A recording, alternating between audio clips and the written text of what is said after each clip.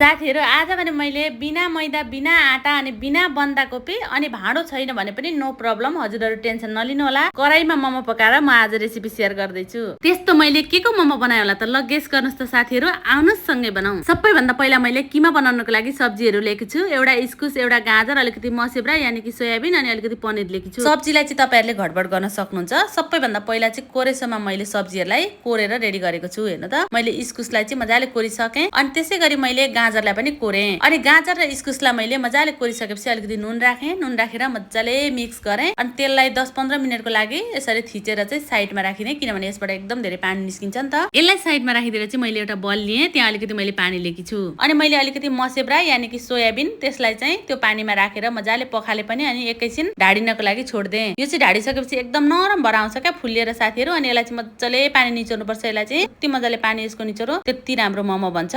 यसरी मैले सबै निचोरेर चाहिँ रेडी गरे। सोयाबिनलाई मैले मजाले निचोरिसकेर चाहिँ एउटा मिक्सरको भाँडो लिए, त्यहाँ सबै सोयाबिनलाई राखेर चाहिँ बिर्को लगाएर यसलाई मैले मिक्सरमा राखेर मसिनो हुन गरी पिसेको छु। ल हेर्नुस् त एकदमै मसिनो भएको छ। अब यसलाई साइडमा राखेर अघि मैले कोरेसोमा कोरेर गाजर र इस्कुसलाई मजाले नुन हालेर मोलेर साइडमा राखेको थिएँ नि। लगभग 10 मिनेट भइसकेको छ। यसबाट चाहिँ धेरै पानी आइसकेको छ साथीहरु। यसलाई चाहिँ मजाले निचोरेर यसलाई पनि सुक्खा बनाउनु पर्ने हुन्छ। ल हेर्नुस् मैले यसलाई पनि एकदम सुक्खा बनाएर एउटा प्लेटमा राखेकी छु। इस्कुस र गाजरलाई मैले मजाले निचोरिसकेकी छु। मोमोको किमालाई चाहिँ साथीहरु मजाले निचोर्नु पर्ने हुन्छ, किनभने भरे मोमो फुट्ने च्यातिने त्यही पानी रह्यो भने हो नि त, चिसो भयो भने। अब यो निचोरिसकेको पानीलाई चाहिँ हजुरहरुले नफाल्नु होला। यसलाई चाहिँ कागजतिर बिरे नुन हालेर आफैले पिउँदा पनि भयो, हैन भने यसको चाहिँ हजुरहरुले मोमोको सुप बनाउनुहुन्छ भने मोमोको यही रसबाट चाहिँ सुप बनाउँदा हुन्छ। अब भने मैले एउटा फराकिलो बल लिए, त्यहाँ मैले निचोरेको गाजर र इस्कुसलाई राखे, पिसेको न्युटेला यानि कि सोयाबिनलाई राखे, कोरेसोमा कोरेर पनिरलाई राखे, मसिनो चप गरेको प्याज राखे, अदुवालाई पनि मैले कोरेसोमै कोरेर राखेकी छु।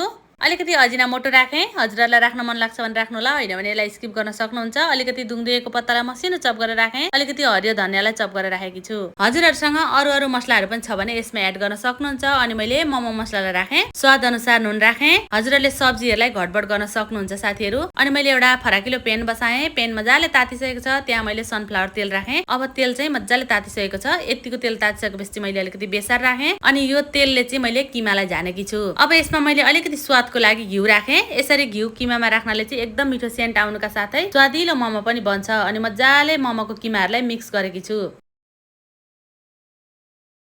मोमोको किमालाई मैले मजाले मिक्स गरिसकेपछि यसलाई छोपेर साइडमा राखिदिएकी छु। अब भने म अचार बनाउनतिर लागे। अघि मैले किमा झानेकै पेनमा चाहिँ मैले अलिकति सनफ्लावर तेल राखे, अलिकति जिरा फुराए, अलिकति चप गरेको प्याज राखे, अलिकति मैले लसुनको पोटिएर राखे अनि दुईवटा ठुलो टमाटरलाई चप गरेर राखे, दुईवटा खुर्सानी राखेकी छु।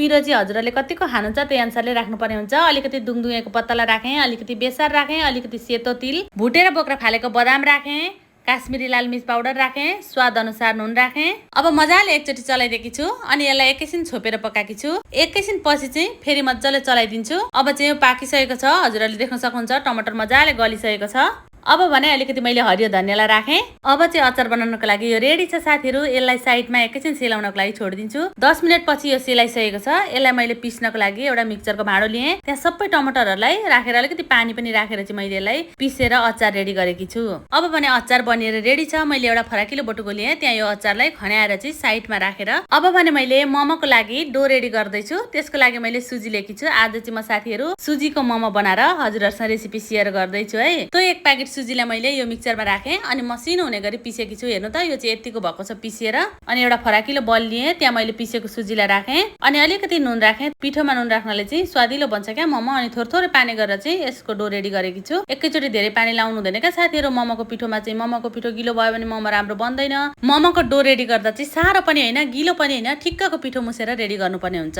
पिठो मजाले माडिसकेपछि मैले 10 मिनेट यसलाई रेस्टमा छोड्देकी छु। पिठोलाई माडेर राखेको 10 मिनेट भइसकेको छ। फेरि यसलाई मजाले एकचोटी माड्देकी छु। भाँडोलाई साइडमा राखेर चाहिँ मैले पिठोलाई निकालेर जहाँ बेल्ने हो त्यहाँनेर मजाले एकचोटी माडे। थोरै पिठो निकालेर सानो सानो डल्ला रेडी गरेकी छु। आफूलाई जत्रो मन पर्छ त्यत्रै साइजका डल्लाहरु रेडी गर्नुपर्ने हुन्छ। मोमोको लागि डल्ला बनाएर मैले रेडी गरे। अब जहाँनेर मोमोको रोटी बेल्ने हो त्यहाँनेर चाहिँ मैले फुको पिठो गहुँको आटालाई राखेर मजाले फैलाकी छु। अनि मोमोको डल्लाहरुलाई राखेर चाहिँ मैले यो पिठोमाथि यसरी बेलेर रेडी गरेकी छु। हेर्नु त यहाँ है पातलो पनि हैन, ला बाक्लो पनि हैन, यतिको बनाएर रेडी गर्नुपर्ने हुन्छ। मैले चाहिँ एउटा बनाएर रेडी गरे। त्यसैगरी मैले अर्को पनि बनाएर रेडी गरे साथीहरु। अनि मैले सबै रोटीहरुलाई चाहिँ बनाएर रेडी गरिसकेकी छु। अब भने मोमोको डल्ला बनाउनतिर लागे। सबैभन्दा पहिला एउटा मैले रोटी लिए, त्यहाँ मैले अलिकति किमा राखे, अब हजुरहरू जान्नुहुन्छ सेप बनाउन भने त ठिकै छ, जान्नुहुन्न भने चाहिँ यो सिम्पल तरिका हजुरहरूले पनि हेरिराख्नु होला है साथीहरू। बुढी औँला र चोरी औँलाको मात्रै काम छ यहाँनिर मोमो बनाउँदाखेरि, अरू कुनै औँलाको पनि काम छैन। सिम्पल तरिकाबाट चाहिँ एउटा मोमो बनाएर मैले रेडी गरेँ। त्यसै गरी म फेरि अर्को पनि बनाउँदैछु, हजुरहरूले मजाले हेर्नु होला। हेर्नु त है, मैले बुढी औँला र चोरी औँलादेखि अरू कुनै पनि औँलालाई चलाएकै छैन, त्यहाँनिर कामै छैन क्या अरू औँलाको। अर्को पनि बनाएर रेडी गरेँ। त्यसै गरी फेरि अरू पनि बनाएर यसरी नै रेडी गर्दैछु,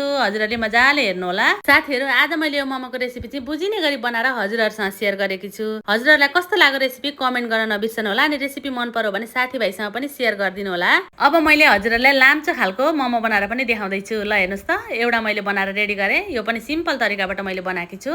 त्यसै गरी मैले फेरि अर्को पनि लाम्चो मोमो बनाएर रेडी गरेँ। यसरी नै मैले सबै मोमो बनाएर रेडी गरेँ साथीहरू। मोमोलाई रेडी गरिसकेपछि एउटा प्लेट लिएँ, त्यहाँ मैले थोरै सनफ्लावर तेल राखेँ अनि प्लेटमा मजाले दलेकी छु। अब मैले सबै मोमोका डल्लाहरूलाई चाहिँ त्यो प्लेटमा राखेर रेडी गरेकी छु। तर मोमोका डल्ला राख्दा चाहिँ साथीहरू प्लेटमा एकअर्कामा मोमो टाँसिनु भएन, अलिकति थोरै ग्याप राखेर राख्नुपर्ने हुन्छ।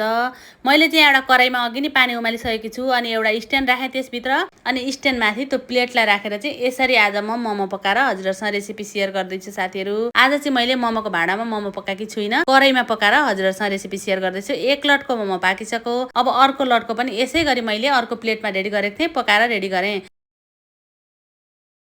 लगभग मैले यो मोमोलाई 15 मिनट पकाएकी छु यसरी छोपेर। र यो मोमोहरू चाहिँ पाकेर खानको लागि रेडी भइसकेको छ साथीहरू। हेर्नु त, सबैसँग भाँडा हुँदैन नि त, कति साथीहरूसँग चाहिँ भाँडा हुँदैन। उहाँहरूलाई कति मोमो खान मन लाग्छ, किनेर खायो यति यति मोमो आउँछ। हजुरहरूसँग भाँडा छैन भने पनि यसरी हजुरहरूले घरमा मिठो मोमो बनाएर खान सक्नुहुनेछ। रेसिपी मन पर्यो भने यसरी नै बनाएर एकचोटि ट्राई गर्नु होला। कराईमा बनाएर एकदमै स्वादिलो, एकदमै मिठो हुन्छ, टेस्टमा केही पनि फरक छैन साथीहरू, अनि मजाले पाकेको पनि छ। अनि साथीहरू, कराईमा पकाएको मोमोको रेसिपी हजुरहरूलाई कस्तो लाग्यो त मन पर्यो भने हजुरहरू पनि ट्राई गर्नु होला। बिना मैदा, बिना आटा, बिना कोपी, बिना मोमोको भाँडामा पकाएर चाहिँ यसरी हामीले बनाएर खायौँ। रेसिपी मन पर्यो भने साथीभाइसँग सेयर गरेर मेरो च्यानललाई सब्स्क्राइब गर्न नबिर्सनु होला। हस्त, बाई बाई साथीहरू।